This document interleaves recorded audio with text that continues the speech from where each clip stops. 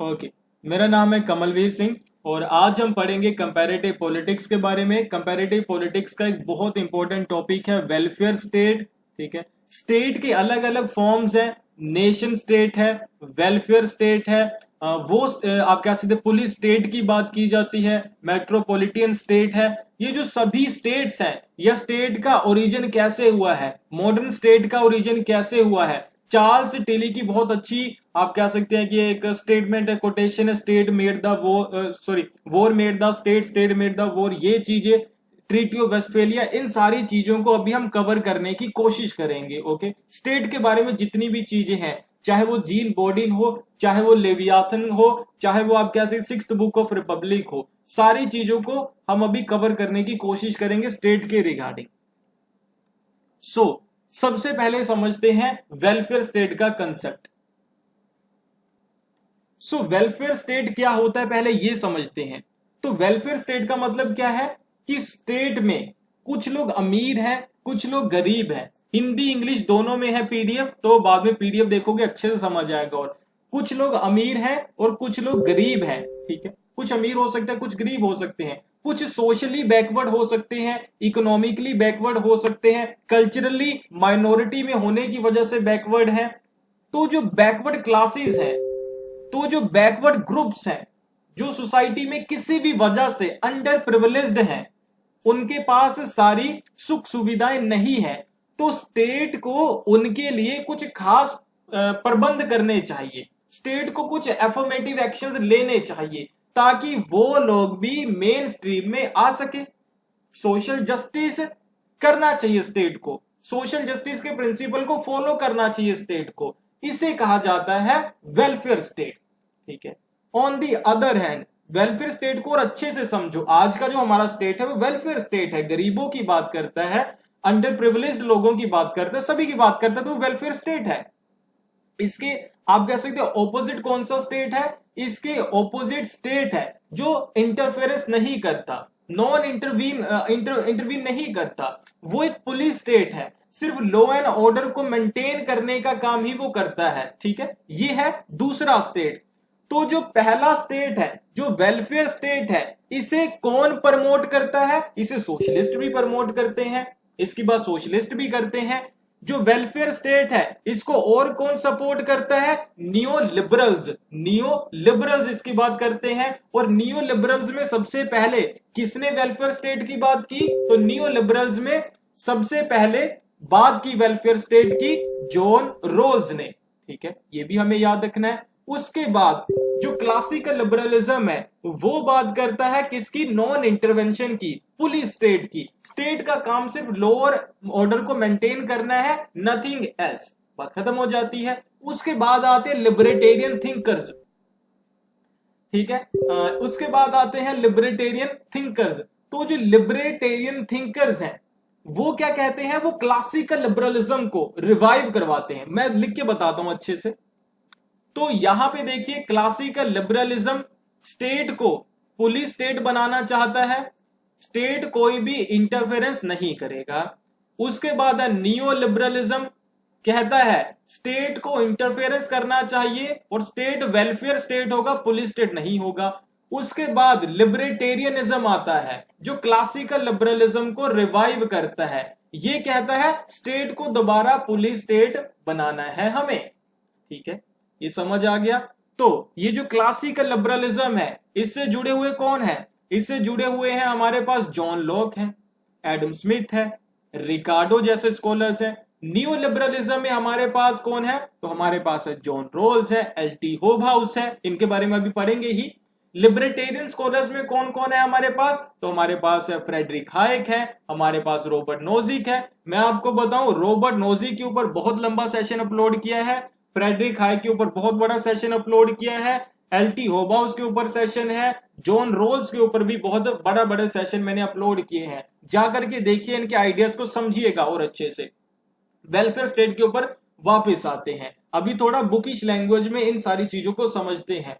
Classical and modern liberalist, जो classical liberalist है, modern liberalist है, both are agree on that liberty is an instrument to development.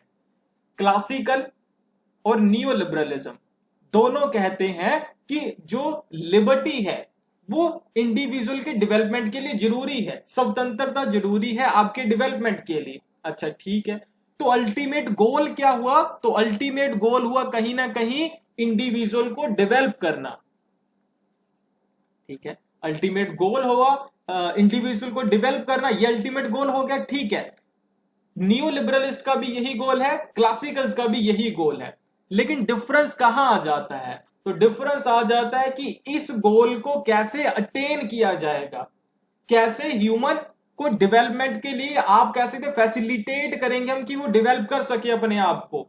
तो आप कह सकते हैं कि जो क्लासिकल्स हैं वो कहते हैं आप कह सकते हैं कि जो क्लासिकल है वो कहता है कि रूल ऑफ लॉ को इंप्लीमेंट करो, नॉन इंटरवेंशन के प्रिंसिपल को फॉलो करो, तो वहां पे इंडिविजुअल अपने आप को डेवलप कर सकता है। वो कहता है कि individual should be left alone.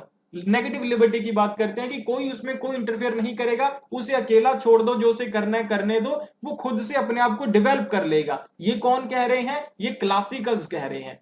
Neo liberal यहां पे कहते हैं, मॉडर्न लिबरलिस्ट यहां पे कहते हैं कि हमें एक सोसाइटी और एक सोशल नेसेसरी कंडीशन को डेवलप करना पड़ेगा, एक खास तरीके के इन्वायरमेंट को डेवलप करना पड़ेगा सोसाइटी के अंदर। अगर वो स्पेशल इन्वायरमेंट होगा, अगर वो स्पेशल इन्वायरमेंट होगा सोसाइटी में, तभी वो डेवलप कर पाएंगे। और वो स्पेशल एक खास तरीके का स्पेसिफिक इन्वायरमेंट क्रिएट कौन करेगा? स्टेट करेगा वो क्रिएट। यानी कि स्टेट नॉन इंटरवेंशन के प्रिंसिपल को नहीं फॉलो करेगा, स्टेट इंटरवीन करेगा और एक खास तरीके का सोशल सिस्टम बनाएगा। और ये सोशल सिस्टम कैसे होगा? जो लोग पिछड़े हुए हैं उन्हें ज्यादा अधिकार होंगे, जो लोग ज्यादा आगे जा चुके हैं उनके ऊपर थोड़ा टैक्स भी लगाया जाएगा, इस तरीके से बनेगा। तो वेलफेयर स्टेट की बात किसने की? मॉडर्न लिबरलिस्ट ने। आगे बात है classical present a social image of individual. जो क्लासिकल्स थे वो असोशल इमेज प्रेजेंट करते हैं, किसकी? इंडिविजुअल की, कि उसे सोसाइटी की कोई जरूरत नहीं है। आप अपने आप को देखिए, सोचिए कि आपकी जो लिबर्टी है, आपकी जो सोच है, खाना पीना उठना बैठना हर एक चीज आप सोसाइटी के कॉन्टेक्स्ट में करते हो। क्या सोसाइटी के बिना रह सकते हो? क्या आप सोसाइटी आपको इक्वल नहीं मान रही, लेकिन कानून में आपको इक्वल लिखा हुआ है, इससे कोई मतलब है? नहीं मतलब है। तो सोसाइटी भी आपको इक्वल माने, ये चीज को आप कह सकते हैं कि बनाने के लिए स्टेट को वहां पे इंटरफेयर करना पड़ेगा। इसीलिए ये लाइन याद रखना, छोटी सी कई बार क्वेश्चन आते हैं कि जो क्लासिकल्स है असोशल इमेज पेश करते हैं इंडिविजुअल की। तो मॉडर्न क्या कहते हैं? मॉडर्न सोशल इमेज सामने रखते हैं। वो कहते हैं कि इंडिविजुअल राइट्स और फ्रीडम वो सोसाइटी के कॉन्टेक्स्ट में ही यूज करता है।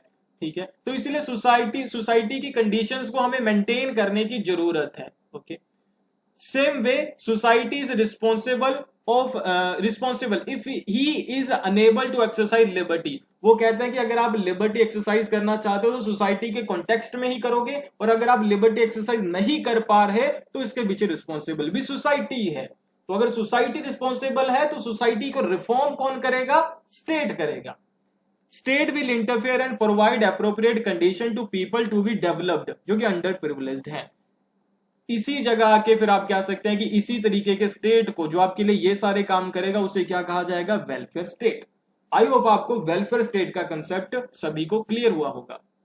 तो हिंदी वाले सारे बच्चे यहां से बाद में पढ़ सकते हैं। आधुनिक उदारवादी दोनों इस बात पर सहमत है कि लिबर्टी विकास का एक साधन है, ये सारी चीजें। ठीक है, सो अभी हमें पता चल गया कि जो स्टेट की थ्योरी है, नेचर ऑफ स्टेट है, जब हम पढ़ते हैं नेचर ऑफ स्टेट, जब हम पढ़ते हैं पॉलिटिकल साइंस में, तो हम पढ़ते हैं उसमें कंपैरेटिव पॉलिटिक्स में वेलफेयर स्टेट। तो वेलफेयर स्टेट स्टार्ट होता है नियो लिबरलिज्म के साथ। इसी में आपको पता है कि जो लिबरलिज्म है उसके दो डायमेंशन है, एक पॉलिटिकल डायमेंशन, एक इकोनॉमिक डायमेंशन। पॉलिटिकल डायमेंशन बात करता है पॉलिटिकल सिस्टम कैसा होगा, इकोनॉमिक डायमेंशन बात करता है इकोनॉमिक सिस्टम कैसा होगा। तो पॉलिटिकल डायमेंशन बात करता है डेमोक्रेसी की, लिबरल डेमोक्रेसी की, राइट टू वोट की, equality, right to hold public office, सभी के पास इक्वालिटी होगी, राइट्स की, लिबर्टी की। वहीं पे जो इकोनॉमिक डायमेंशन है वो फ्री मार्केट की, ओपन मार्केट की, लेजीज फेयर मार्केट की बात करता है। ये तो आपको पता ही है। अभी ये तो इन जनरल क्लासिकल लिबरलिज्म का पॉलिटिकल इकोनॉमिक डायमेंशन था, अभी नियो लिबरलिज्म का इकोनॉमिक पॉलिटिकल डायमेंशन क्या है? तो एलटी होबाउस है, इन स्कॉलर का नाम हमने याद रख लेना है, एग्जामिनेशन में पूछा जाएगा, फिर आप भूल मत जाना। एलटी होबाउस है, development is dependent on one's social conditions. LT Hobhouse ने ये पहली बार कहा, जो वेलफेयर स्टेट का बाद में कंसेप्ट निकला, इसी चीज से निकला ना। पहले तो हम असोशल इमेज पेश कर रहे थे इंडिविजुअल की, तो वेलफेयर का स्टेट का कंसेप्ट आना ही नहीं था। क्यों? रुको मैं बना के दिखाता हूं। हमने कहा जो जो इंडिविजुअल है वो असोशल है, उसको सोसाइटी की जरूरत ही नहीं है, उसे अकेले को बस राइट्स दे दो तो वो डेवलप कर लेगा। तो ये तो है लिबरलिज्म, क्लासिकल लिबरलिज्म, है ना। लेकिन नियो लिबरलिज्म एक नया, आप कह सकते हैं कि अजम्पशन लेकर आया, ऑब्जर्वेशन लेके आया कि वो असोशल नहीं, वो सोशल है। तो इसीलिए सोसाइटी को, वो सोसाइटी के कॉन्टेक्स्ट में ही अपनी लिबर्टी को एक्सरसाइज करता है। तो इसलिए सोसाइटी को अब आपको ऐसा बनाना पड़ेगा कि वो सोसाइटी उसे फैसिलिटेट करे ताकि वो लिबर्टी एक्सरसाइज कर सके। और इस चीज को सबसे पहले किसने पहचाना? एलटी होबाउस ने, कि वो कुछ स्पेशल सोशल कंडीशंस में ही अपनी लिबर्टी यूज कर पाता है। दैट इज वाई, इसीलिए स्टेट्स ड्यूटी, इसीलिए स्टेट की ड्यूटी बनती है कि वो क्या करे, इस तरीके की कंडीशन बनाए। और एलटी होबाउस अपने इन्हीं आइडियाज को सोशलिस्ट लिबरलिज्म कहते हैं। एलटी होबाउस के इन्हीं न्यू लिबरल आइडियाज को सोशलिस्ट लिबरलिज्म कहा जाता है। यह बात याद रखिएगा जी, किसके आइडियाज को सोशलिस्ट लिबरलिज्म कहा जाता है, एग्जामिनेशन में गलत मत करके आना। सोशल कंसेप्शन ऑफ प्रॉपर्टी, एक और इसके साथ ही नया टॉपिक ये लेकर आए, social conception of property. Social conception of property क्या है? तो ये कहा जाता है कि सोसाइटी हेल्प करती है कैपिटलिस्ट को अर्न करने में उसकी प्रॉपर्टी। हम डायग्राम के साथ ही समझते हैं, तो कुछ खास तो डायग्राम नहीं है लेकिन इसी से समझेंगे, है ना। क्या है ये? Social conception of property, social conception of property. तो ये क्या है जी? तो कहा जा रहा है एक जो आप कह सकते हैं कि कैपिटलिस्ट है, एक कैपिटलिस्ट है, एक ट्रेडर है, एक रिच मैन है, वो किस तरीके से रिच बना है, किसने उसकी हेल्प की है? तो उसने जो सारा अपना कैपिटल है, सारी अपनी संपत्ति है, कहां से इकट्ठी की है? सोसाइटी से ही। किसी एक इंसान का इतना सा फायदा, एक का इतना सा, आप कह सकते हैं कि उसे फायदा हुआ, एक से इतना फायदा, एक से इतना फायदा, एक से इतना फायदा, एक से इतना फायदा, कुछ उसके लिए आप कैसे सारे लोग उसके लिए काम कर रहे हैं, उसने सभी लोगों से थोड़ा थोड़ा थोड़ा करके अर्न किया और आज एक कैपिटलिस्ट बन गया है, रिच बन गया है, बड़ा। तो ये सारी चीजें उसे लेकिन दी किसने है? सोसाइटी ने दी है ना। तो इसीलिए उसकी यहां पे रिस्पॉन्सिबिलिटी बनती है कि वो क्या करे, पे बैक करे सोसाइटी को, सोसाइटी को पे बैक करे। सोसाइटी को पे बैक कैसे करेगा? वो वॉलंटियरली तो खुद से तो नहीं करेगा। हम कहेंगे यार तुम पे बैक करो, तुमने यहीं से तो सारा कैपिटल अर्न किया है, तो तुम हमें वापस भी दो कुछ ना कुछ, तो वो अपने आप तो नहीं करेगा। तो क्या होगा यहां पे? तो स्टेट को उसके ऊपर टैक्स लगाना चाहिए, स्टेट को उसके ऊपर टैक्स लगाना चाहिए और फिर उस टैक्स के पैसे को सोसाइटी को देना चाहिए, जो सोसाइटी ने उसे दिया था। सोसाइटी के वेलफेयर के लिए वो पैसा यूज होगा। तो वेलफेयर का कंसेप्ट पैदा हो रहा है कि नहीं पैदा हो रहा है? इस तरीके से पैदा हुआ। एक और कंसेप्ट जो कि बाद में डेवलप हुआ, बाद में, एलटी होबाउस का नहीं, बाद में डेवलप हुआ आज के टाइम में, ये है कॉर्पोरेट सोशल रिस्पॉन्सिबिलिटी का कंसेप्ट।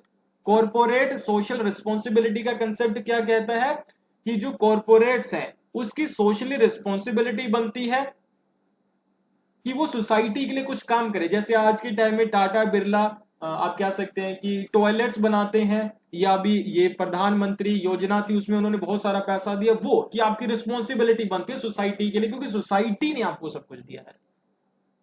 ट्रस्टीशिप का कंसेप्ट गांधी जी का, he presented a organic view of society, की सोसाइटी का organic view. We are party of society, हम सोसाइटी के पार्ट हैं, ठीक है। इसीलिए सोसाइटी की रिस्पॉन्सिबिलिटी है कि हमें आप कह सकते हैं कि अभी तक क्लासिकल्स, हिंदी पे थोड़ा सा देख ले अगर हिंदी में लिखा हुआ है कि जो क्लासिकल्स हैं, ठीक है। जो क्लासिकल्स है वो बात करते थे सिर्फ राइट्स की, individual should be left alone, ये बात करते हैं ड्यूटी की भी। सोसाइटी कौन बनाता है? हम ही तो बनाते हैं ना, तो हमारी ड्यूटी है कि इस तरीके का इन्वायरमेंट बनाए ताकि दूसरा भी अपने राइट्स को यूज कर सके। अगला स्कॉलर है यहाँ पे जॉन ड्यूई, वो भी ऑर्गेनिक व्यू को प्रेजेंट करते हैं, इसी तरीके के व्यू को, नाम याद रखिएगा, ये भी न्यू लिबरल थिंकर है। वेलफेयर स्टेट की बात करते हैं। उसके बाद जॉन रोल्स है, अमृता सेन है, टीएच मार्शल है, ये सभी कौन है जी? जो बात करते हैं वेलफेयर स्टेट की। ओके, और ये तो पॉलिटिकल डायमेंशन था, पॉलिटिकल डायमेंशन था। इकोनॉमिक डायमेंशन को कौन प्रेजेंट करते हैं? John Maynard Keynes. ठीक है, जॉन मेनार्ड केन्स इसे प्रेजेंट करते हैं इकोनॉमिक डायमेंशन को। और जॉन मेनार्ड केन्स के आइडियाज पर ही बेस्ड बाद में आपको पता है कि जो वर्ल्ड बैंक है, यूएनओ है, आईएमएफ है, इन सभी को बनाया गया था। ओके, और जो आप कह सकते हैं कि जॉन मेनार्ड केन्स है, ये फ्रेडरिक हाइक के आइडियाज को भी सपोर्ट करते हैं। सो जॉन मेनार्ड केन्स क्या कहते हैं? जो देखो इकोनॉमिक डायमेंशन था लिबरलिज्म का, क्लासिकल लिबरलिज्म का, एडम स्मिथ जिसकी बात करते हैं, रिकार्डो जिसकी बात करते हैं कि फ्री मार्केट होनी चाहिए, जो फिजियोक्रेट्स थे, क्रेट्स थे फ्रांस के, जिन्होंने बात की लेजीज फेयर मार्केट की, उन सभी के ऑपोजिट जॉन मेनार्ड केन्स कहते हैं कि मार्केट सेल्फ रेगुलेटरी नहीं होती। अगर मार्केट सेल्फ रेगुलेटरी होती तो 1929 का ग्रेट डिप्रेशन नहीं आता। ठीक है, वो इसलिए कहते हैं कि मार्केट को अगर हम सेल्फ रेगुलेटरी चलाएंगे तो ये आप कह सकते हैं कि फिर से डिप्रेशन की तरफ जाएगी। ठीक है, क्योंकि मार्केट अगर क्योंकि सेल्फ रेगुलेटरी तो हम चला रहे थे, अभी तक कोई इंटरवीन उसमें नहीं कर रहा था, इंटरफेरेंस, लेकिन इसलिए वो कहते हैं कि स्टेट को, गवर्नमेंट को जैसे ही मार्केट डाउन जाने लगती है तो वहीं पे स्पेंड करना चाहिए गवर्नमेंट को उस मार्केट में। ठीक है, तो गवर्नमेंट इंटरफेयर करेगी मार्केट में। सो मॉडर्न स्टेट की बात करते हैं। तो जो मॉडर्न स्टेट है, इसमें सबसे पहला मॉडर्न स्टेट है, मॉडर्न स्टेट आपको पता है कि ट्रीटी ऑफ वेस्टफेलिया 1648 के बाद बनना शुरू हुआ है ना। तो मॉडर्न स्टेट में सबसे पहले तरीके के स्टेट्स हैं इंडिपेंडेंट स्टेट सिस्टम। तो मैं आपको स्टेट सिस्टम्स बता रहा हूं ना, जो मॉडर्न स्टेट आया उसमें कैसे स्टेट सिस्टम्स आए। तो मॉडर्न स्टेट में पहला जो स्टेट सिस्टम था वो था इंडिपेंडेंट स्टेट सिस्टम सोवरन, जहां पे सारे स्टेट्स सोवरन थे, अपने अकॉर्डिंग काम कर रहे थे। ठीक है, इंडिपेंडेंट स्टेट सिस्टम था, ये पहला स्टेट सिस्टम है, मॉडर्न स्टेट का पहला स्टेट सिस्टम है इंडिपेंडेंट स्टेट सिस्टम, सारे स्टेट सोवरन है। दूसरा सिस्टम है hegemonic state system, hegemonic state system, इसमें आगे वेरिएंट्स है इसके। हेजेमोनिक स्टेट सिस्टम में क्या है? वन स्टेट्स डोमिनेंस, उसे आप कह सकते हैं कि इसमें क्या है, इसमें तीन तरीके के हैं। जो हेजेमनी है वो तीन तरीके की है। पहले तो ये है कि एक स्टेट का डोमिनेंस है, वो सिस्टम, एक स्टेट का जब डोमिनेंस था सारे वर्ल्ड के ऊपर, आप कह सकते हैं कि 1991 के बाद यूएसए का डोमिनेंस है पूरे वर्ल्ड के ऊपर था, तो उसे, है ना। तो उसके बाद दूसरा हेजेमोनिक स्टेट सिस्टम है बायपोलर। बायपोलर जब दो स्टेट्स की हेजेमनी हो पूरे वर्ल्ड के ऊपर, कोल्ड वॉर 1945 से 1991। तीसरा हेजेमोनिक स्टेट सिस्टम है मल्टीपोलर वर्ल्ड, जहां तीन से ज्यादा स्टेट्स क्या होते हैं, उनकी हेजेमनी होती है। ठीक है, ये था, ये सिस्टम कब आया था? तो 1815 great Britain, France, Prussia, Austria और रशिया, जब ये पांच देश पूरे स्टेट्स के ऊपर, पूरे वर्ल्ड के ऊपर अपनी हेजेमनी स्टैब्लिश कर लेते हैं। दो तरीके के सिस्टम हो गए। तीसरा है इंपीरियल स्टेट सिस्टम, जो कि 17th से 20th सेंचुरी तक चलता है। तो ये तीन तरीके के मॉडर्न स्टेट सिस्टम्स हैं। इंडिपेंडेंट स्टेट सिस्टम, जो कि सोवरेन है सारे स्टेट, हेजेमोनिक सिस्टम दूसरा, तीसरा है imperial state system. I hope आपको ये सारी चीजें क्लियर हुई होंगी यहां तक। सो अभी हम पढ़ेंगे स्टेट, जो मॉडर्न स्टेट है वो किस तरीके से ओरिजिनेट हुआ है, किस तरीके से स्टेट पैदा हुआ है, स्टेट के बारे में, स्टेट का ओरिजिन कैसे हुआ है, स्टेट के बारे में Marxist theory, liberal theory, pluralist theory, और इसके अलावा आप कह सकते हैं नियो प्लूरलिस्ट थ्योरी, इन सभी को पढ़ेंगे। अभी हम ये नॉन स्टेट एक्टर्स नहीं पढ़ेंगे, सिर्फ स्टेट के बारे में पढ़ेंगे। जेएफ रिचर्ड्स के 3 टाइप ऑफ एनजीओ को बाद में देखेंगे, है ना। सो स्टेट आपको पता है कि कोई मटेरियल नहीं है, स्टेट कोई मैटर नहीं है, स्टेट कोई कंक्रीट थिंग नहीं है जिसे देखा जा सकता हो, टच किया जा सकता हो, या फिर आप कह सकते हैं कि उसे टच किया जा सकता हो, देखा जा सकता हो, ऐसी तो कोई चीज नहीं है ना स्टेट। तो स्टेट एक तरीके का कंसेप्ट है, स्टेट एक तरीके का कंसेप्ट है, स्टेट एक तरीके का कंसेप्ट है, कोई कंक्रीट थिंग नहीं है, कोई इंसान नहीं है। सो इसीलिए स्टेट को डिफाइन करना मुश्किल होता है। देखो जब ना कोई कंक्रीट थिंग हो, जैसे कि मोबाइल फोन है, आपका पेन है आपके हाथ में, कुछ भी है, तो कोई भी बता सकता है कि इसकी करेक्टरिस्टिक्स कि ये ब्लैक है, इसमें निब है, ये वो सारी चीजें। लेकिन जब किसी चीज की बात हो रही है जो कि कंसेप्ट है एक, सो उस कंसेप्ट को हर एक इंसान अलग तरीके से डिफाइन करता है, क्योंकि वो एक एब्स्ट्रैक्ट कंसेप्ट है। सो इसी तरीके से स्टेट की बहुत सारी डेफिनेशंस अभी हम देखेंगे। तो सबसे पहले है आर्टिकल 1। ठीक है, आर्टिकल 1 में मोंटेविडियो convention on rights and duties of states. ठीक है, मोंटेविडियो कन्वेंशन हुई थी rights and duties of states के ऊपर 1933 में। इसके आर्टिकल 1 में स्टेट को डिफाइन किया गया और यह लिखा गया कि स्टेट की डेफिनेशन है और स्टेट में 4 एलिमेंट्स हैं। ये है population number 1, territory number 2, government number 3, number 4 sovereignty नहीं है, नंबर 4 है रिकॉग्निशन बाय अदर स्टेट्स। तो 4 एलिमेंट्स है, population, territory, government, recognition by other states, sovereignty नहीं है। मोंटेविडियो कन्वेंशन में ये स्टेट की डेफिनेशन है, कभी कहीं पे लिखा हुआ है कि स्टेट की ये डेफिनेशन किसने दी है, मोंटेविडियो कन्वेंशन में। ठीक है, 1933 में ये कन्वेंशन हुई है, अमेरिकन स्टेट्स की कन्वेंशन थी। आई होप आपको ये पहला पॉइंट क्लियर हुआ होगा। सो नेक्स्ट है मैक्स वेबर की डेफिनेशन जो आपको याद रखनी है। तो मैक्स वेबर लिखते हैं state is a human community, state एक ह्यूमन कम्युनिटी है, डेट क्लेम्स जिसके पास मोनोपोली होती है legitimate use of physical force with in a given territory. एक गिवन टेरिटरी है, उसमें एक ह्यूमन कम्युनिटी क्या कर सकती है, उसके पास फिजिकल फोर्स यूज करने की क्या है, मोनोपोली है। ओके, तो उसे स्टेट कहा जाता है। इन्होंने किसी एलिमेंट की बात की नहीं, बात की इन्होंने क्या बात की है, फंक्शंस की और एक ह्यूमन कम्युनिटी की। तो इसीलिए इसे सोशियोलॉजिकल फंक्शनल डेफिनेशन कहते हैं। तो कभी भी एग्जामिनेशन में क्वेश्चन आए स्टेट की सोशियोलॉजिकल फंक्शनल डेफिनेशन किसने दी है, तो मैक्स वेबर ने दी है, पहली चीज। दूसरी चीज, ये जो इनके पास राइट है legitimate use of physical force with in a given territory, इस टेरिटरी में इनके अलावा और कोई फिजिकल फोर्स यूज नहीं कर सकता, यानी कि पुलिस फोर्स। तो ये इसके पास लेजिटिमेट कॉन्स्टिट्यूशनल राइट है, ये नहीं कि किसी के ऊपर किसी भी तरीके से ये फोर्स यूज करे, नहीं, कॉन्स्टिट्यूशनल वे में ही यूज करेगा ये वायलेंस। सोसाइटी में वायलेंस यूज करने का अधिकार सिर्फ इसे ही है, इसके अलावा कोई वायलेंस यूज करता है तो ये उसके ऊपर वायलेंस यूज कर सकता है। ये मैक्स वेबर की डेफिनेशन है, बाद में इसे रॉबर्ट नोजिक भी यूज करते हैं अपने आइडियाज को जस्टिफाई करने के लिए। आई होप आपको यहां तक क्लियर हुआ होगा। अभी हम बात करते हैं स्टेट की स्टडी की, कि स्टेट को किस तरीके से स्टडी किया गया। स्टेट की स्टडी किस तरीके से हुई पॉलिटिकल साइंस में, उसको समझते हैं। सबसे पहले है इंस्टीट्यूशनल अप्रोच। तो वर्ल्ड वॉर 2 से पहले तक स्टेट को स्टडी करने के लिए,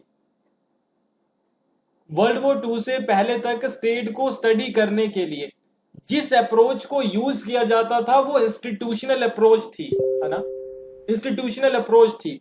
तो वर्ल्ड वॉर 2 के पहले तक स्टेट के ऊपर बहुत ज्यादा जोर दिया जाता था, मेन एम्फेसिस स्टेट के ऊपर होता था। ऐसा क्यों है, ऐसा क्यों है, ऐसा क्यों है, पॉलिटिकल साइंस में सिर्फ स्टेट को स्टडी किया जाता था, ऐसा क्यों है, स्टेट एज अ इंस्टीट्यूशन को ही स्टडी क्यों किया जाता था, क्योंकि यह माना जाता था कि स्टेट क्या है, सुप्रीम है, स्टेट इंडिपेंडेंट है, स्टेट ऑटोनोमस है, स्टेट किसी भी दूसरे सोशल इंस्टीट्यूशन से इन्फ्लुएंस नहीं होता है, लेकिन ये सभी को इन्फ्लुएंस करता है। तो इसीलिए एक इंस्टीट्यूशन जो किसी से इन्फ्लुएंस नहीं होता लेकिन सभी को इन्फ्लुएंस करता है, तो हमें उसी की स्टडी करनी चाहिए ना। जो ऑटोनोमस है, इंडिपेंडेंट है, सबको इन्फ्लुएंस करता है, सुप्रीम है, तो उसी की स्टडी हमें करनी चाहिए ना। तो इसीलिए वर्ल्ड वॉर टू के पहले तक इंस्टीट्यूशनल अप्रोच के थ्रू सिर्फ स्टेट की स्टडी की जाती थी। ठीक है, पॉलिटिकल साइंस में वर्ल्ड वॉर टू से पहले सिर्फ स्टेट की स्टडी की जाती थी। उसके बाद बिहेवियरल रेवोल्यूशन के इन्फ्लुएंस में वर्ल्ड वॉर टू के बाद ट्रेडिशनल अप्रोच जो कि इंस्टीट्यूशनल अप्रोच थी उसे छोड़कर बिहेवियरल स्कॉलर्स सोशियोलॉजिकल अप्रोच सामने लेकर आते हैं, सोशियोलॉजिकल अप्रोच सामने लेकर आते हैं। और ये जो सोशियोलॉजिकल अप्रोच है, ये स्टेट ये कहती है कि स्टेट पहली बात तो ऑटोनॉमस है, गलत बात है, इंडिपेंडेंट है, गलत बात है, सुप्रीम है, गलत बात है। स्टेट भी बहुत सारे इंस्टीट्यूशंस की तरह एक इंस्टीट्यूशन है, जैसे रिलीजन हो गया, कास्ट हो गया, मैनहुड हो गया, वुमेनहुड हो गया, आपका कोई आप कह सकते हैं कि वर्कर्स का कोई एसोसिएशन है। जितने सारे एसोसिएशंस हैं उनमें से एक एसोसिएशन स्टेट है, बस, इसके अलावा कुछ भी नहीं। स्टेट किसी से इन्फ्लुएंस नहीं होता, गलत बात है। सभी इंस्टीट्यूशन स्टेट को इन्फ्लुएंस कर सकते हैं। स्टेट ऑटोनोमस है ना जी ना, ऑटोनोमस भी नहीं है। स्टेट लोगों से बना है, लोग उसे इन्फ्लुएंस करते हैं, तो इसीलिए स्टेट के साथ साथ ही बाकी सारे इंस्टीट्यूशंस को भी स्टडी करना है, बाकी सारे सोसाइटी के इंस्टीट्यूशंस को भी स्टडी करना है, इसीलिए इसे सोशियोलॉजिकल अप्रोच कहते हैं। एडवर्ड शिल्स यहां पे लिखते हैं, याद रखिएगा इनका नाम और quotation, the state was one organisation, state एक ऑर्गेनाइजेशन थी, within a broader array of organisations existing at the centre of society. वो कहते हैं कि सोसाइटी में बहुत सारी ऑर्गेनाइजेशंस हैं और उनमें से एक ऑर्गेनाइजेशन है स्टेट, इसके अलावा और कुछ भी नहीं। बाकी सारी ऑर्गेनाइजेशन में से एक ऑर्गेनाइजेशन है, बाकी सारी ऑर्गेनाइजेशन जैसे ही एक ऑर्गेनाइजेशन, नथिंग एल्स, कुछ स्पेशल नहीं है। State not autonomous, state autonomous नहीं है, इंडिपेंडेंट नहीं है, ये बिहेवियरल रेवोल्यूशंस ने हमें बताया। स्टेट की स्टडी इसी टाइम पे क्या चली जाती है, डिक्लाइन में चली जाती है, क्योंकि हम स्टेट की जगह इंस्टीट्यूशंस की स्टडी करना शुरू करते हैं। पहले हम पॉलिटिकल साइंस में किसकी स्टडी करते थे, स्टेट की स्टडी करते थे। अभी पॉलिटिकल साइंस में किसकी स्टडी शुरू हो गई, पॉलिटिकल सिस्टम की स्टडी शुरू हो जाती है। पहले पॉलिटिकल साइंस में स्टेट की स्टडी होती थी क्योंकि हम इंस्टीट्यूशनल स्टडी करते थे। अभी हमने इंटरडिसिप्लिनरी स्टडी शुरू कर दी, तो हम पॉलिटिकल सिस्टम की स्टडी शुरू करते हैं, और 60s और 70s में हम यही चीजें कर रहे थे। आई होप आपको यहां तक क्लियर हुआ होगा। 1970s और 80s में बिहेवियरल अप्रोच का क्रिटिसिज्म शुरू हो जाता है। जो स्टेट स्टडी डिक्लाइन में चली गई थी, जब देखो आप लोगों ने पॉलिटिकल थ्योरी का अगर सेशन पढ़ा होगा, देखा होगा, तो पॉलिटिकल थ्योरी का सेशन है मेरे ख्याल से 1 घंटे का, उसमें मैंने बहुत डिटेल से बताया है। आप कह सकते हैं कि बिहेवियरल रेवोल्यूशन के बाद पॉलिटिकल थ्योरी कैसे काम करती है, उससे पहले कैसे काम करती है, ये सारी चीजें है ना, तो वहां पे और अच्छे से इसे समझ लेना। यहां पे हम मोटा मोटा देखेंगे। 70s और 80s में क्रिटिसिज्म शुरू हो जाता है बिहेवियरल अप्रोच का। स्टेट स्टडी जो डिक्लाइन में चली गई थी, हम इंस्टीट्यूशंस की स्टडी करना शुरू कर दिया था हमने, तो स्टेट स्टडी रिवाइव करती है, हम दोबारा इंस्टीट्यूशंस को छोड़कर स्टेट की स्टडी करना शुरू कर देते हैं। इसी टाइम पे ये होता कैसे है शुरू, ये होता कैसे है शुरू, थेडा स्कोपल का एक आर्टिकल आता है 85 में, ब्रिंगिंग द स्टेट बैक इन, नाम से पता चल रहा है ब्रिंगिंग द स्टेट बैक इन, की स्टेट को दोबारा लेकर आओ स्टडी के टेबल के ऊपर, bringing the state back in. Theda Skocpol article लिखते हैं 85 में। इसी आर्टिकल को क्रिटिसाइज करते हुए एक और आप कह सकते हैं बुक आती है जोल मिडगल की, ठीक है। स्टेट ऑटोनॉमस है, ये तो थेडा स्कोपल ने हमें बताया ना, इसीलिए स्टेट की स्टडी जरूरी है। जोल मिडगल आप कह सकते हैं कि थेडा स्कोपल को क्रिटिसाइज करते हुए एक बुक लिखते हैं 2001 में। बुक का नाम था स्टेट एंड सोसाइटी, बुक का नाम था, जोल मिडगल की बुक थी। इस बुक में ये लिखते हैं कि स्टेट इंडिपेंडेंट है ना जी, इंडिपेंडेंट नहीं है, लेकिन वो इस चीज को एक्सेप्ट करते हैं कि स्टेट इंडिपेंडेंट नहीं है, ऑटोनोमस नहीं है, लेकिन स्टेट मोस्ट इंपॉर्टेंट ऑर्गेनाइजेशन जरूर है सोसाइटी में। स्टेट ऑटोनोमस नहीं है, स्टेट इंडिपेंडेंट नहीं है, इन्फ्लुएंस होता है, ये भी इन्फ्लुएंस करता है, लेकिन सबसे ज्यादा इंपॉर्टेंट एक ऑर्गेनाइजेशन है। ये किसने कहा? जोल मेडगल ने कहा। जोल मेडगल के बाद नॉर्ड लिंजर और गैब्रियल आलमंड इसमें ऐड करते हैं कि स्टेट के पास एबिलिटी है सोसाइटी को इन्फ्लुएंस करने की, बदले में सोसाइटी भी स्टेट को इन्फ्लुएंस करती है, दोनों एक दूसरे को इन्फ्लुएंस करते हैं। तो जहां हमने शुरू किया था स्टेट किसी से इन्फ्लुएंस नहीं होता, फिर हमारे पास व्यू आया कि स्टेट इन्फ्लुएंस होता है, फिर हमारे पास व्यू आता है स्टेट सबसे ज्यादा इंपॉर्टेंट है, फिर व्यू आता है कि स्टेट इन्फ्लुएंस होता है और करता भी है। ठीक है, तो इंस्टीट्यूशनल अप्रोच ऑटोनोमस है, कोई इन्फ्लुएंस नहीं। बिहेवियरल रेवोल्यूशन आप कह सकते हैं कि एडवर्ड शिल्स जैसे स्कॉलर कहते हैं कि ये इन्फ्लुएंस होता है। उसके बाद थेडा स्कोपल कहती है ऑटोनोमस है, कोई इन्फ्लुएंस नहीं है। जोल मेडगल कहते हैं मोस्ट इंपॉर्टेंट है। गैब्रियल आलमंड और नॉर्ड लिंजर कहते हैं स्टेट इन्फ्लुएंस करता भी है, होता भी है। आई होप आपको यहां तक चीजें क्लियर हुई होंगी। सो मॉडर्न स्टेट कैसे ओरिजिन होता है इसका? मॉडर्न स्टेट का मतलब क्या है? तो मॉडर्न स्टेट का मतलब है जहां पे जिसकी हम बात करते हैं पॉपुलेशन, टेरिटरी, गवर्नमेंट, सोवरेनिटी, जो इन चार एलिमेंट से मिलकर बना है। वो सिटी स्टेट नहीं है, वो एरिया में बड़ा है, वो पॉपुलेशन में थोड़ा नहीं है, जिन 4-5 हजार लोग रहते हैं ना, वो बड़ा है। सो क्विंटन स्किनर है, उनका एक कोटेशन याद रखना है आप लोगों को, उनकी स्टेटमेंट है, वो लिखते हैं it was only in the 16th century, ये सिर्फ 16वीं सदी में हुआ, that the word state acquired a meaning close to modern state, जिसे हम मॉडर्न स्टेट कहते हैं। जो आज का स्टेट है, जो आज का स्टेट है, ऐसा स्टेट कब सामने आना शुरू हुआ? 16th सेंचुरी में। क्विंटन स्किनर कहते हैं, भूलिएगा मत, इसी टाइम पे यूरोप में मॉडर्न स्टेट पैदा होता है। जब हम बात करते हैं मॉडर्न स्टेट की, तो हमें पता होना चाहिए ना कि मॉडर्न स्टेट से पहले जो मेडिवियल टाइम पीरियड का स्टेट था वो कैसा था। अभी जो स्टेट है वो क्या है? वो मल्टी नेशन स्टेट है। तो वो स्टेट कैसा था? तो वो स्टेट था जी फ्यूडल स्टेट। उस फ्यूडल स्टेट में और इस मॉडर्न स्टेट में डिफरेंस क्या है? डिफरेंस क्या है समझते हैं उसी को। सो ये हमारे पास फ्यूडल स्टेट है मेडिवियल पीरियड का, ये हमारे पास मॉडर्न स्टेट आया बाद में। तो फ्यूडल स्टेट में क्या था? जो आपके करेंसी थी उसे कौन इशू करता था? उसे किंग इशू करता था, फ्यूडल्स इशू करते थे, चर्च इशू करता था, रोमन आप कह सकते हैं कि जो आप कह सकते ड्यू काउंट्स थे वो इशू करते थे। टैक्स कौन लगाता था? ये सभी टैक्स लगाने की पावर भी थी इनके पास। लॉ कौन बनाता था? लॉ बनाने की पावर इनके पास भी थी। जजमेंट कौन देता था? इन सभी के पास थी पावर।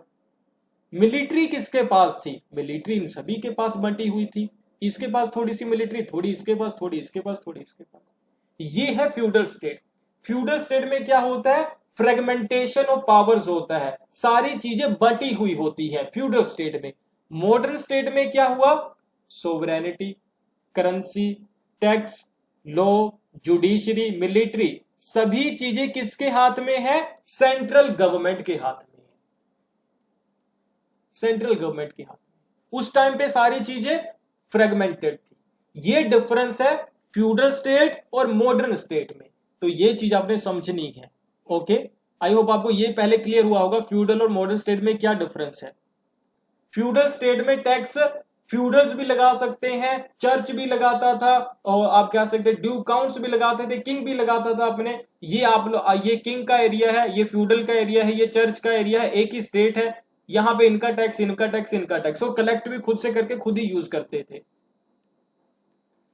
सो अभी हमने यहां से यहां जाना है ना, तो गए कैसे यहां से यहां? मैं आपको यहां ना बहुत सारी चीजें आप कह सकते हैं कि बीच में अभी छोड़ रहा हूं, ठीक है, बीच में छोड़ रहा हूं, इसे ज्यादा लंबा नहीं करेंगे क्योंकि हम, ठीक है, लेकिन यहां से यहां गए कैसे ये समझते हैं। सो पहली बात हमें करना क्या है, जो सोवरेनिटी है, जो सोवरेनिटी है, करेंसी है, टैक्स है, ये सारी पावर्स को क्या करना है, कंसंट्रेटेड करना है सेंट्रल गवर्नमेंट के हाथ में, है ना। तो ये हुआ कैसे, तो पहले तो फिलोसॉफिकल लेवल पे कैसे हुआ ये समझते हैं, है ना, कि लोगों ने ये आइडियोलॉजी कैसे डेवलप की कि ये कंसंट्रेटेड होनी चाहिए सोवरेनिटी। तो ये आइडियोलॉजी को किसने डेवलप किया, जीन बोर्डिन ने। जीन बोर्डिन पहले थे जिन्होंने कहा सोवरेनिटी कंसंट्रेटेड होनी चाहिए, ठीक है। उनकी बुक है सिक्स्थ बुक ऑफ रिपब्लिक, 1576 में पब्लिश हुई, याद रखिएगा। इसके बाद दूसरी बारी ऐसी किसी ने बात की फिलोसफी के फॉर्म में, तो होब्स थे, वो 1651 में लेवियाथन में उन्होंने ये चीज बात की। ये तो होगी विचारों के लेवल के ऊपर, विचारधारक लेवल के ऊपर सोवरेनिटी की बात। लेकिन अभी ऐसी जरूरत क्यों पड़ी, सब कुछ तो यहां पे सही चल ही रहा होगा, तो हमें यहां पे जाने की जरूरत क्यों पड़ी, उस टाइम पे हुआ क्या, उस टाइम पे क्या हुआ, उस टाइम पॉलिटिकल वायलेंस, इंस्टेबिलिटी और बहुत सारी आप कह सकते हैं सिविल वॉर्स हो रही थी यूरोप में। 1517 में मार्टिन लूथर किंग की रिफॉर्मेशन मूवमेंट शुरू हो जाती है। 1517 में मार्टिन लूथर किंग की रिफॉर्मेशन मूवमेंट शुरू हो जाती है क्रिश्चियनिटी में, जिससे क्रिश्चियनिटी के अंदर बहुत सारे सेक्ट पैदा हो जाते हैं। ये क्या क्या थे, ये प्रोटेस्टेंट थे, आपको पता है ना, ये कैथोलिक थे, और भी बहुत सारे सेक्ट पैदा होने शुरू हो जाते हैं, बहुत सारे रिलीजियस ग्रुप्स बन जाते हैं क्रिश्चियनिटी के अंदर। उस टाइम पे मेन पावर किसके पास थी, चर्च के पास होती थी ना। चर्च सारे यूरोप को कंट्रोल करता था। अभी चर्च जिस चीज के ऊपर बेस्ड है, क्रिश्चियनिटी के ऊपर, क्रिश्चियनिटी ही टूटना शुरू हो गई है।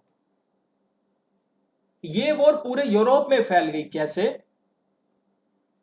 ये है पूरा यूरोप, ये उसके अलग अलग स्टेट्स हम बना लेंगे ऐसे करके, ये सारे अलग अलग स्टेट्स है ना, ये ए स्टेट बी स्टेट ऐसे करके, सभी के ऊपर एक एक चीज कॉमन है कि सभी लोग कहीं ना कहीं चर्च के अंडर है, क्रिश्चियनिटी के अंडर है ना, तो चर्च के अंडर है सारे लोग। तो अभी चर्च के अंडर है, तो अगर ये सोचो कि अभी आप कह सकते हैं कि क्रिश्चियनिटी के बीच में लड़ाई हो रही है, क्रिश्चियनिटी के अलग अलग सेक्ट्स में लड़ाई हो रही है, तो वो वॉर यहां भी होगी, यहां भी होगी, यहां भी होगी, यहां भी, यहां भी, यहां भी, यहां भी, जिससे क्या हुआ, सारे स्टेट्स में रिलीजियस वॉर्स शुरू हो गई, जिससे पॉलिटिकल इंस्टेबिलिटी आ गई। इस तरीके से पूरा यूरोप वॉर में चला गया।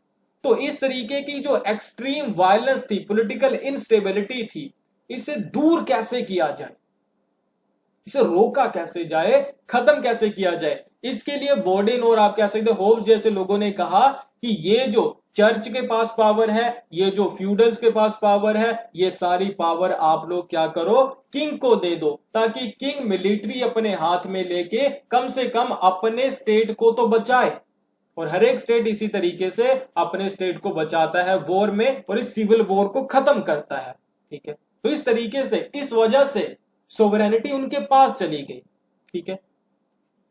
एक और यहां पे बड़ा अच्छा आप कह सकते हैं कि ये जो सारी वॉर्स हुई है, ये जो सारी वॉर्स हुई है मैं आपको बताऊं तो 1555 से 1648 के बीच में 112 से ज्यादा यूरोप में वॉर्स हुई है। इन्हीं सारी वॉर्स के बाद क्या होता है, आप ट्रीटी ऑफ वेस्टफेलिया होती है 1648 की, ठीक है, 1648 की ट्रीटी ऑफ वेस्टफेलिया होती है, जिसके साथ स्टेट की ये डेफिनेशन सेट की जाती है कि स्टेट के 4 एलिमेंट हैं। तो ये कौन कौन से हैं, ये है पॉपुलेशन, ये है टेरिटरी, ये है गवर्नमेंट, और ये है सोवरेनिटी। यहां पे ये सेट हुए थे। और इसके बाद हर एक स्टेट सिर्फ अपनी टेरिटरी तक सीमित रहेगा, और जो उस टेरिटरी में सोवरेनिटी है वो किंग के पास होगी, बाहर कहीं चर्च के पास नहीं होगी, अंदर किसी फ्यूडल के पास नहीं होगी। तो ये है मॉडर्न स्टेट बनने का तरीका। इसके बारे में अभी मैंने बहुत सारी चीजें मिस की है, जैसे कि आप कह सकते हैं चार्ल्स टिली की आइडियाज है, इसे अभी हम थोड़ा सा स्किप कर रहे हैं, और थ्योरीज भी, मेरे ख्याल से चार्ल्स टिली हम कंप्लीट कर सकते हैं। तो चार्ल्स टिली लिखते हैं war made the state, state made the war. ठीक है, स्टेट की वजह, वॉर की वजह से स्टेट बनता है। कैसे कैसे कैसे? क्योंकि उस टाइम पे बहुत सारे, आप कह सकते हैं कि ये वॉर्स हो रहे थे। मैंने आपको बताया कि उस 100 सालों में बहुत सौ वॉर्स हुए यूरोप के अंदर। तो अभी कोई भी देश, ये जो देश थे, ये कोई एक देश कह सकता था कि मुझे वॉर में पार्टिसिपेट नहीं करना? भाई ऑप्शन ही नहीं है, वॉर में पार्टिसिपेट करना ही पड़ेगा, बल्कि ऑलरेडी तुम वॉर में पार्टिसिपेटेड हो। तो ऐसे में क्या होता है, ऐसे में एक ही चांस था उनके पास कि या तो तुम वॉर में हारो या तुम वॉर जीत जाओ। तुम वॉर से तभी बच सकते हो अगर तुम वॉर से जीत जाओ। वॉर में तुम कब बच सकते हो? अगर तुम वॉर को जीत लो। वॉर को जीता कैसे जाएगा? तो वॉर को जीता जाता है स्ट्रॉन्ग मिलिट्री के साथ। स्ट्रॉन्ग मिलिट्री कब आती है? जब आपके पास रिसोर्सेज हो उसे मैनेज करने के लिए। तो स्ट्रॉन्ग मिलिट्री की बात हुई, तो स्ट्रॉन्ग मिलिट्री चाहिए थी, तो सारे फ्यूडल्स के पास जो मिलिट्री थी, सैनिक थे, वो किंग ने अपने पास बुला लिए। सारे सैनिक किंग ने अपने पास बुला लिए स्ट्रॉन्ग मिलिट्री के लिए, सारे किंग के अंडर आ गए। चर्च के पास से भी अपने पास बुला लिए, स्ट्रॉन्ग मिलिट्री बन गई। अभी स्ट्रॉन्ग मिलिट्री को मैनेज भी तो करना था ना, लड़ाई के लिए तैयार करना था, तो रिसोर्सेज चाहिए थे। रिसोर्सेज अरेंज कैसे होते? पैसा होगा जब हाथ में, तो पैसा आएगा टैक्स से। तो जो टैक्स की पावर थी फ्यूडल्स के पास, चर्च के पास, वो भी किंग ने अपने हाथ में ले ली। अभी टैक्स सिस्टम कलेक्ट कैसे किया जाएगा? तो कलेक्ट करने के लिए एक ब्यूरोक्रेसी जरूरी है, क्योंकि अभी किंग कलेक्ट करेगा ना, फ्यूडल्स तो नहीं। तो किंग ने एक ब्यूरोक्रेसी भी बना ली अपनी। तो देखो धीरे धीरे से मिलिट्री, टैक्स, करेंसी, ब्यूरोक्रेसी सब कुछ किंग के हाथ में कंसंट्रेटेड होता चला गया। तो सोवरेनिटी, यहां पे हमने क्या पढ़ा था, ये फ्यूडल स्टेट और स्टेट में क्या डिफरेंस था? यहां पे सोवरेनिटी आप फ्रेगमेंटेड थी, यहां पे सोवरेनिटी कंसंट्रेटेड थी। तो चार्ल्स टिली कहते हैं वॉर की वजह से, war made the state, state made the war. War के लिए हमें मिलिट्री जरूरी थी, करेंसी जरूरी थी, सारी चीजें जरूरी थी। तो फ्यूडल्स ने हंसते खेलते वो सारी चीजें दे दी कि ये लो सारी चीजें किंग हमारी तरफ से, लेकिन स्टेट को बचा लो। ठीक है, स्टेट को वॉर में जिता दो। और इसके बाद है थ्योरीज, लिबरल थ्योरी है, pluralist, new pluralist, Marxist theory है, ये अभी हम बाद में करेंगे।